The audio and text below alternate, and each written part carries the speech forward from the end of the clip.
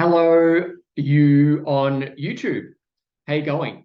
Sorry, I just got just tripped up on my words there. Hello, you on YouTube. There's way too many yous there. I'd be going really well. I want to say thank you so much for joining me for the recording of this episode 53 of the Loneliness Guy podcast, Connection Over Coffee. We are going to have a great chat as always. And if you've got any comments, feedback, thoughts, opinions, whatever, chuck them in the comments. You know how YouTube works. Let's just jump straight into it. All right, let's go.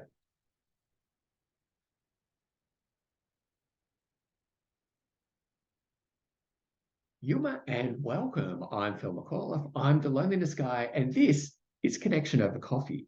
This is a podcast that proudly serves and supports you, a gay man experiencing loneliness, and helps you take steps to get the authentic connection that you need and deserve. I'm really glad that you're here. Please go make yourself comfortable, and I'll go get us some coffees. And of course, if you were listening on the podcast, you'd hear the sound effect of a coffee machine sort of doing its thing, making us some coffees. Hope you've got a coffee where you are. By the way, where are you joining me from around the world? If you want to just chuck in your, just say like city, state, wherever you are in the world, city, country, wherever. It's always great to know where you are. Here you go. Welcome to episode 53 of Connection Over Coffee. In this episode, I'm going to share with you the 5 most common symptoms of gay loneliness that I see in my work at the Loneliness Guy. I'm going to go through each of these common symptoms, talk about how they show up in your life, and then give some tips on how to move beyond them to get the connection that you've been searching for, and indeed may have been searching for a very long time. But before we get into all of that really good stuff, I want to remind you that I think that you're awesome and just, well, simply amazing. I know that it always takes courage to engage with content on loneliness. And if you're coming back for another coffee and a chat with me, or this is the very first time that you've pressed play either on YouTube or on a podcast, I wanted to say that I'm really proud of you and I'm really grateful that you're here. This podcast is also proudly recorded, edited, and uploaded in Canberra, Australia's capital city, on the traditional country of the Ngunnawal people. I humbly acknowledge and pay my respects to elders past, present, and emerging. And I also want to acknowledge and welcome all Aboriginal and Torres Strait Islander and other First Nations peoples listening. Have you been to thelonelinessguy.com yet? There's a link in the show notes that will take you to my content, destigmatizing gay loneliness and guiding gay men like you to get the soul-nourishing connection that you need and deserve. As I said, there's a link in the show notes and it's all right there.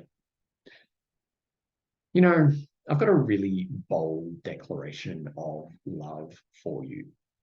I really love speaking with you on this podcast. Like, I love it. These episodes are such a special time that you and I get to share together. But humans also require community to thrive. And the irony of a podcast is that unless you've gathered around a speaker with some friends, this is often time that only you and I share together. There's connective power in knowing that there are other beautiful gay men around the world who are listening to these words and working through their loneliness in a similar way to you right now. I want to make sure that you know that you are part of a community. So if you're up for it, I'd love it if you could please share a pic of you enjoying your coffee wherever you are in the world. I'll then tag you on my socials for others to know that they're not alone either. And finally, I've got really bold ambitions for the work of the Loneliness Guy and the role it plays in the world to support the global LGBTIQA+ community feel less alone in their loneliness. If you can support me in this work and want to find out more, please tap the invest link in my bio and let's have a chat about how we can change the world. Now, with all of those notices out of the way, let's get into it. This content, what we're going to be talking about today, comes after I published a blog post on the 4th of February, 2023. I'm going to get that wrong. This is the first podcast of 2023. I don't know. I've been known to say it's 2020 when it was 2022. So if I get the year wrong, please just, let's go with some grace because I'm still getting used to this year. I think I'll probably get used to it by about November, and then things will sort of change back up again as we move into a new year. But I started that blog post by saying that I was a fan and, still have been known to watch a few episodes every so often of medical dramas. And TV shows like ER, House, Grey's Anatomy.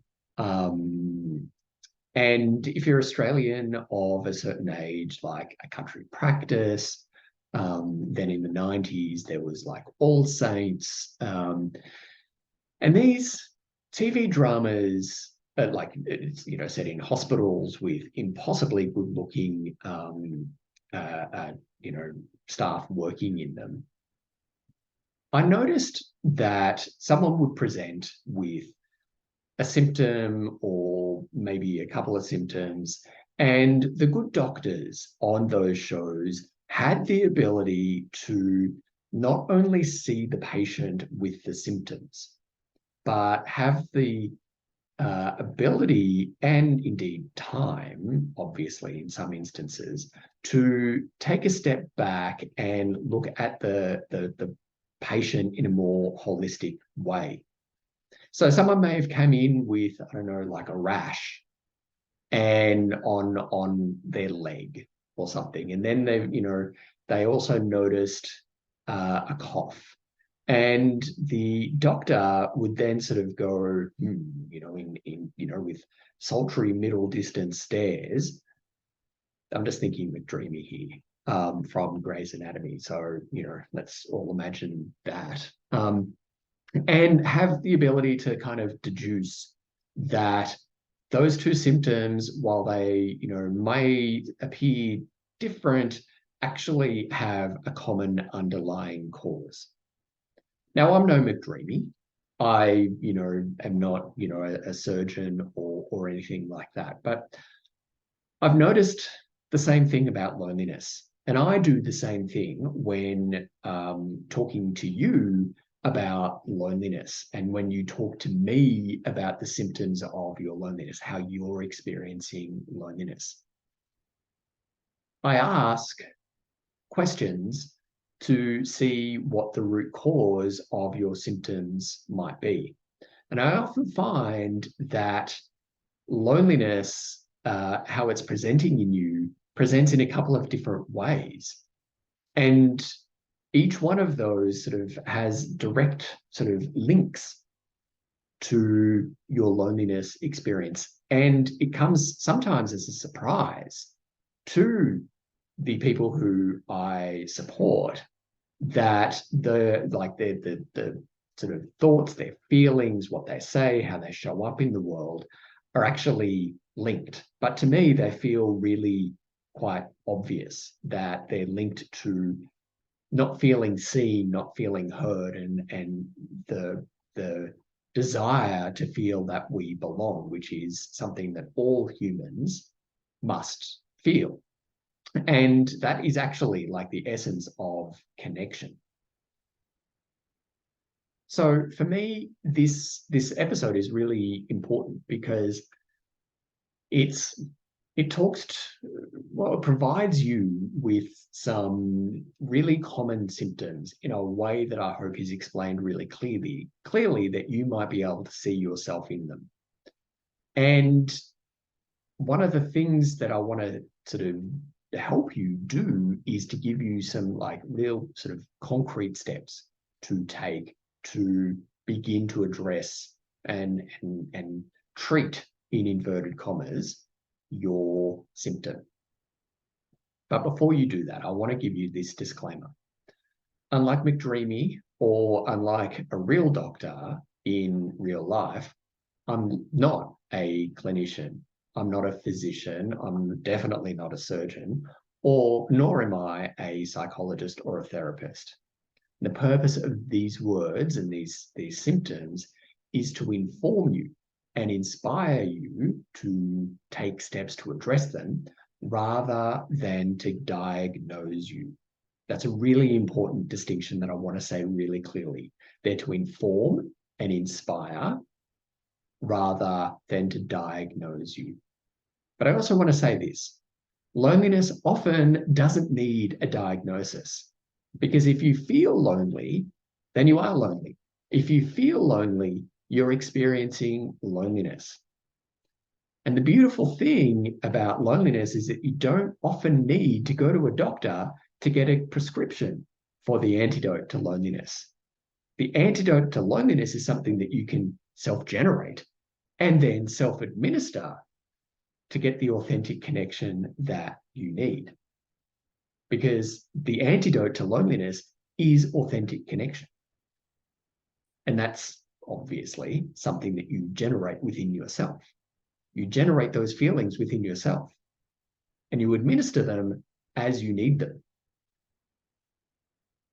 So let's get into the first symptom. And this sort of number one and number two are sort of tied for the most common that I see. And the first is what I've called Mr. High Achiever. And for those of you who've read the awesome book by Dr. Alan Downs, The Velvet Rage, he talks about this in his in that book. And Mr. High Achiever has sought to prove his worth and worthiness through pursuing success in his chosen field. Mr. High Achiever often starts down this path in school, where the quest for acceptance and only seeking positive judgment starts by getting and maintaining good grades, getting sporting accolades or other awards for being awesome. And this then continues perhaps into university and then into the workplace. And outside of the workplace, classroom or lecture theatre, Mr. High Achiever might seek to sort of prove his awesomeness in the community or even within his own body or in like myriad other places. And while the symptom of being a high achiever has some positive impacts, has some positive side effects, the high achiever can learn that no amount of success and praise silences the judgment within. However, because high achievement and perfectionism is one of the only ways that Mr. High Achiever knows how to find his worth and worthiness, he feels that there's no other option but to persist with ever more success, like trying to get more and more success. He becomes tired and scared that if he's not perfect, then he's and not achieving, then he's unworthy of love and belonging. And the people around him, he feels, only love him, respect him, fear him, see him, however it is, because of his successes and his achievements. Now, I want to say this really clearly. This is like my symptom of loneliness. I am a recovering high achieving perfectionist. I'm also a recovering people pleaser, but we'll get into that in a moment.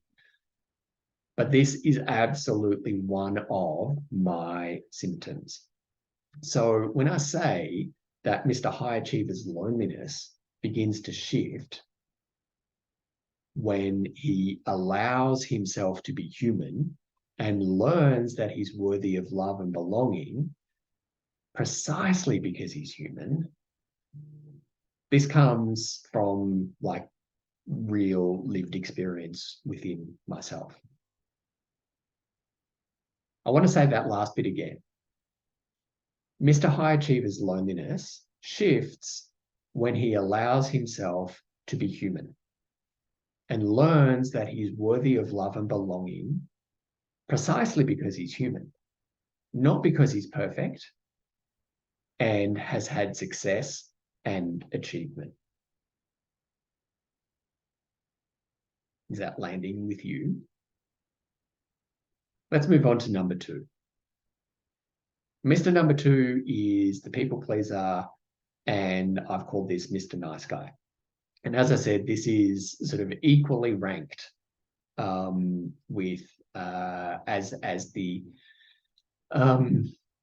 number 1 symptom that I see from people who reach out to me for my support. Mr. Nice Guy is the first person to volunteer to drive someone to the airport, even if they only met the person a few moments earlier.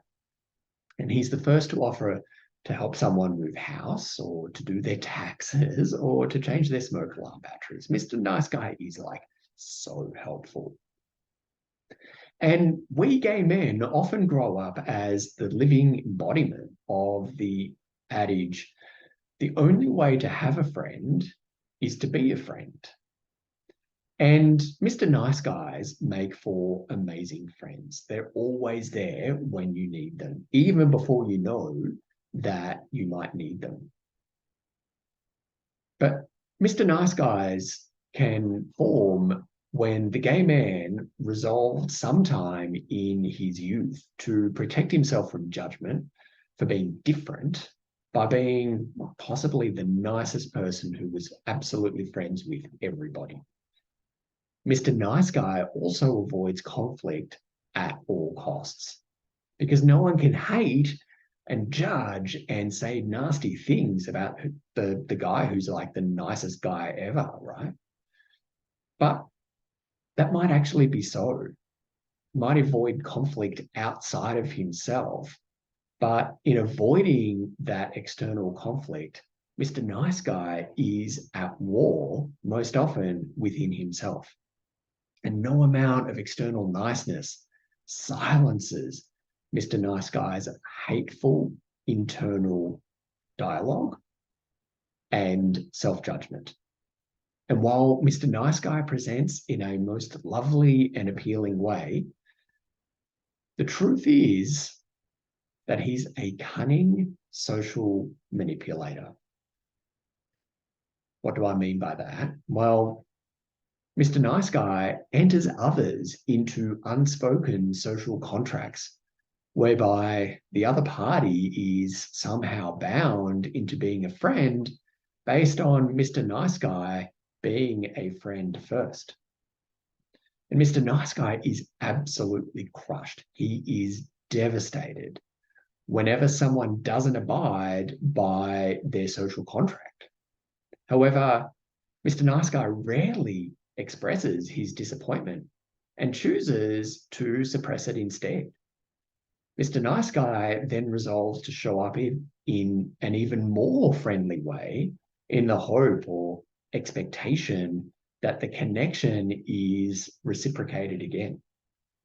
Mr. Nice Guy's loneliness comes to his attention because he can no longer ignore the disappointment and exhaustion he feels from all the effort he exerts to show up for others. However, Mr. Nice Guy does not feel worthy of allowing others to show up for him. He's absolutely got nothing left. He's at the end of his tether. He's angry when he begins to talk to me. He's angry, he's frustrated, he's upset. And no wonder, because he's been showing up for everyone else, but not allowing anyone else to show up for him. Mr. Nice Guy's loneliness shifts when he resolves to know his values and creates and communicates boundaries based from those values, based off those values. But Mr. Nice Guy often resists, like really resists, not a little bit of resistance, like fundamentally, absolutely does not ever want to communicate boundaries because he's scared that he'll be perceived as an asshole if he's anything but eternally friendly and pleasant. I get that all the time. I get I present as Mr. Nice Guy, and I'm a reforming people pleaser. Do not get me wrong. Like, there's that disclaimer. I'm a reforming people pleaser. And I know that the clear and consistent communication of boundaries are a kindness. But when I mention this, when I talk to Mr. Nice Guys, people pleasers, the response that I get, almost like 9 times out of 10, London to a brick, almost certain, is like, if I don't do this, like I'm an asshole and people will hate me. It's like, well, no, like there's a big middle ground to all that extreme there, right? We get to find the middle ground that works for you. But things have got to change because you've reached the conclusion of the strategy, the tool that you've been using to keep yourself safe and in the good graces of others. Because, in avoiding all of that conflict externally, you're at war within yourself. And your loneliness is the almost natural consequence of that. You've reached the end of the usefulness of that strategy. And it's time to learn another one. And values and boundary setting and boundary maintenance and boundary enforcing are the way that you move beyond being a Mr. Nice Guy, being a people pleaser, and allowing yourself to show up for yourself, others to show up for you, and to stop entering other people into social contracts that they don't know that they've signed into by virtue of you being nice to them. Now, the last few minutes may have really hit you in the guts for both of those two symptoms, being the high achiever and hoping that you would receive acceptance and get your worth and worthiness from the constant receiving constant success and accolades, and then also being Mr. Nice Guy. And if that is, just please practice some kindness to yourself.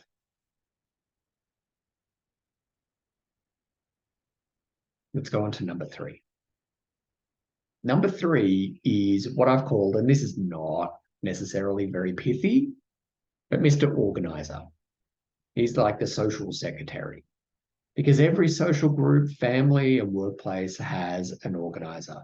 And Mr. Organizer is the person who simply makes shit happen. He's the one who organizes the dinners, the parties, the weekends away, the trips away, keeps everyone in the social group, the family, the friends, the workplace, keeps everyone sort of together and organizes everyone. Because Mr. Organizer often presents as the social butterfly, or what we could call like the mama bear or potentially the papa bear, because he knows what's going on and he's got a group of friends or family who he protects and defends. And he's loyal and loving when you're in his fold, when you're in his group. He's loyal and loving. Mr. Organizer does his thing because, well, he's terrified of being left out. He's terrified of being excluded because he's guaranteed to be invited to the event if he organizes it. And Mr. Organizer often keeps his people close so he can be the first to know if he's being judged and he's falling short. And each of the sort of Mr. Organizers that I support has really clear memories of times when he wasn't included in social activities in his youth. And his response to this trauma was to ensure that it never happened again. And Mr. Organizer's loneliness often comes to his attention when he learns that things have been happening that haven't included him. And sometimes this may have been a deliberate exclusion or an accidental oversight on the part of others. But either way, Mr. Organizer is devastated and has concluded that he's still unworthy of love and belonging, even though he's done all of these things for other people. In this way, there's a crossover with me being Mr. Nice Guy. And Mr. Organizer, in response to that sort of trauma, that event, has often said or done something that's upset someone he loves because he's responded from a place of hurt. So rather than the issue of being excluded being the thing that is discussed, Mr. Organizer's response to the thing is the thing that's being discussed. And Mr. Organizer has sort of gone, oh crap, like where's that come from? I need to look into that some more. Mr. Organizer's loneliness shifts when he learns and appreciates that he cannot control the words, the thoughts, and the actions of others, no matter how much he loves them, no matter how much he keeps them close, no matter how much he keeps them kind of, going in the same direction and he's there for them. We can never, let's flip this. The only thing that you can ever control, listener, the only thing, dear viewer, that you can ever control, Phil, the only thing that you can ever control are your words, your thoughts, and your actions. Once your words and your actions sort of are done, have left your mouth, your body has finished doing them, how they're received is completely out of your hands. And Mr. Organizer wants to make sure that their words and their actions are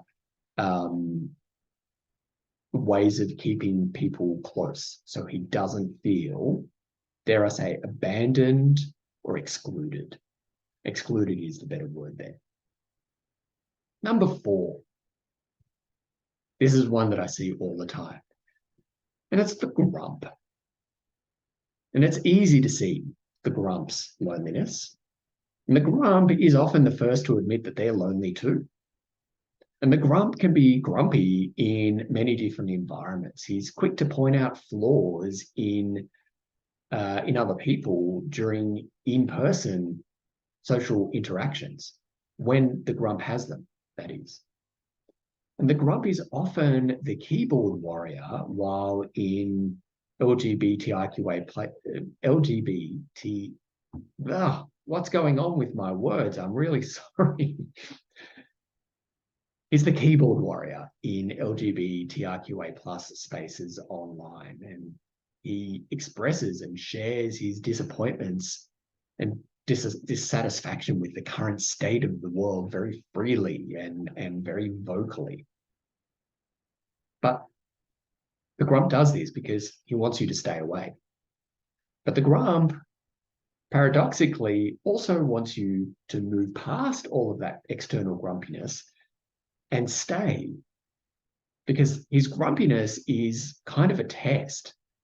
And if you can withstand him at his worst and still stay, he'll generally open up to you. I think of the grump's loneliness in this way. I think of the grump's loneliness as an island. And the island is one that he's created to protect himself. And he spends his time alone on his island, constantly bemoaning how no one sees him, visits him, or includes him. However, when he sees a ship on the horizon and sees that it's coming towards him, he gets all his resources together and fires cannon shots at it to protect himself and his island. And he keeps firing at the ship until the ship turns around, and at which At which point the grump continues bemoaning how no one sees him, visits him, or includes him. And the grump's island of loneliness is his place of comfortable misery. He created that island in response to something that deeply upset him: social exclusion, a sudden breakup, or perhaps the death of someone who he loved dearly. And the grump's loneliness shifts when he begins to bravely and courageously allow visitors to his island. And this is really tough for him to do because he's absolutely terrified of being hurt again.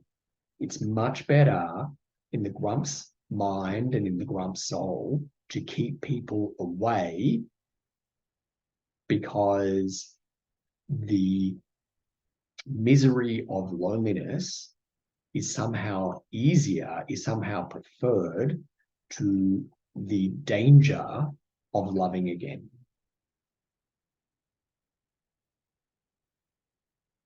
Silence there to let that sink in. The misery of loneliness is preferred through their actions. It's a choice made through their actions, if not through their thoughts and intentions, but their actions have made that choice for them. Because their grumpiness repels others when they go to move past the prickles. The fifth one. And this one, I think I could have called a couple of different things, but, I went with Mr. Itchy Feet. There's also Mr. Flaky, but I thought Mr. Flaky could be, a bit too specific and might not be understood by all listeners wherever they are in the world. But I thought Mr. Itchy Feet is, somehow global. Either way, Mr. Flaky, Mr. Itchy Feet is perpetually looking for what's next. And not only looking for what's next, he's often looking for who is next. Mr. Itchy Feet, Mr. Flaky is non-committal. He knows, well, he rarely gives you a definitive answer to say, going out with him, or like for a date, or even a dinner, or, any other kind of social event. He holds off giving you an answer until the very last moment, because he's been waiting to see if there's another better offer, coming for him. And if you don't know Mr. Itchy Feet and Mr. Flaky, in your social circle now, you'll know him soon after beginning a conversation with him. He's looking around you, or indeed through you when talking to you, to see who else he can talk to.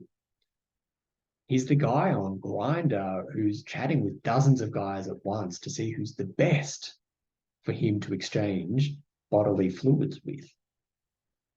And Mr. Itchy Feet can often not hold down jobs for long. And he doesn't stay in relationships for long either.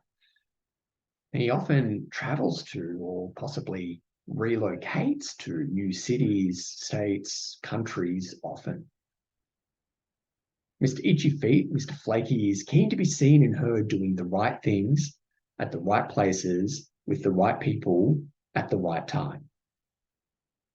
And in terms of his loneliness can be tough to see at first, because he barely sticks around long enough for you to see it. Because Mr. Itchy Feet is terrified of being seen and being heard for who he fears he is. He moves on when he feels too seen and too understood. He fears that if you see him for who he is behind the wall of carefully constructed masks that he wears, you'll judge him and he won't be found worthy.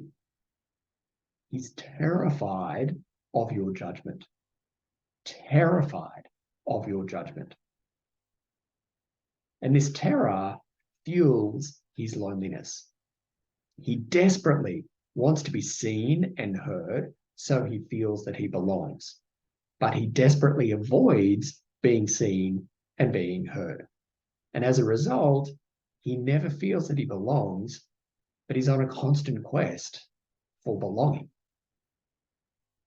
And Mr. Itchy Feet's loneliness can shift when he begins to take off his masks and allows himself and a few others to see him for the awesomely and beautifully flawed human that he is. So, some questions to wrap up. Did you recognize yourself in any, some, or perhaps all of these symptoms? And of course, I want to say that the symptoms of loneliness are as unique as the individual experiencing them. However, again, these are what I most often encounter in my work with gay men experiencing loneliness who want to feel authentically connected. I've had a few grumps and a few Mr. Itchy Feets, but they're rare because they're often the people who want to engage with me and my services, or just me as a human, but are terrified that I will see past their defenses. So I see them a bit, but I generally see them online in their actions because they're not the type of people at that point who reach out for my guidance and support. But I want to say this, an invitation to a wider point of reflection for you.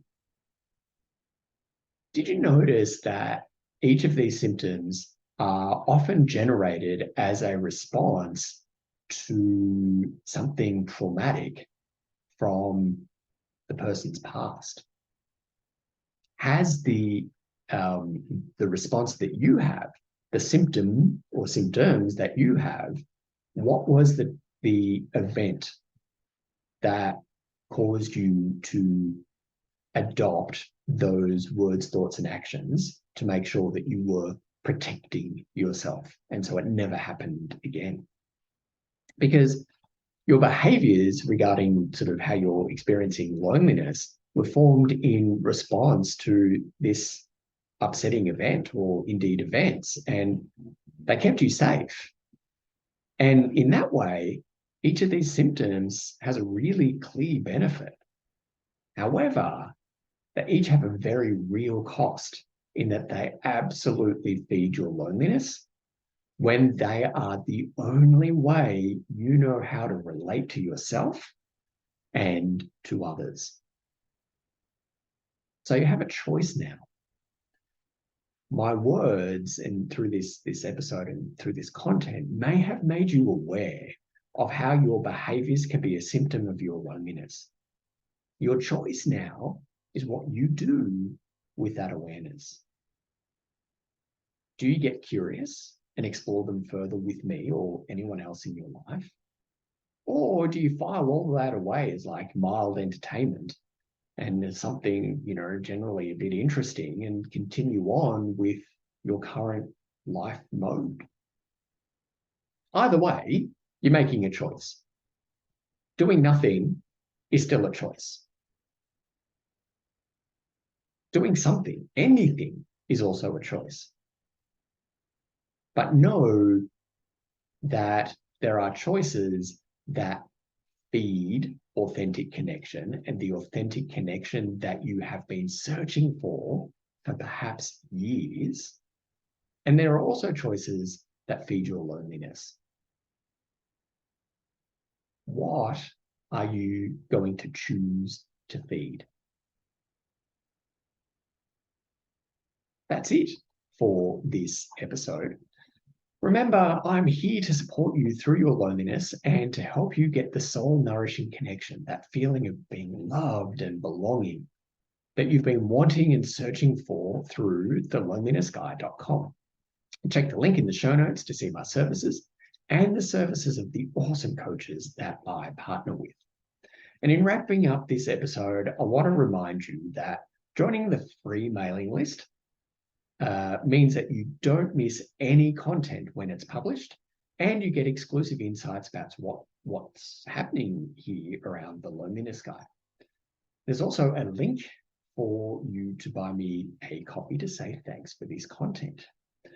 Money received from you is invested into me continuing this work, and it's always appreciated. I sincerely thank you for your generosity in advance.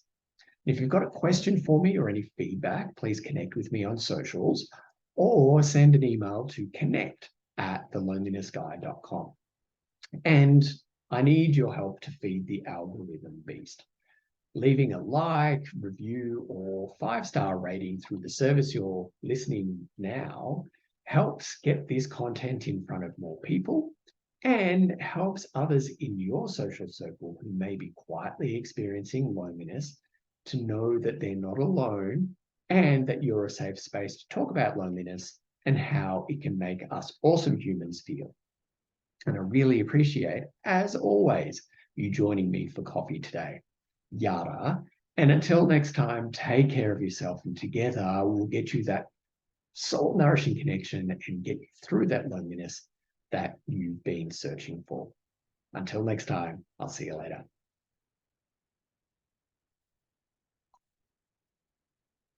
Thanks, YouTube. I'll see you later.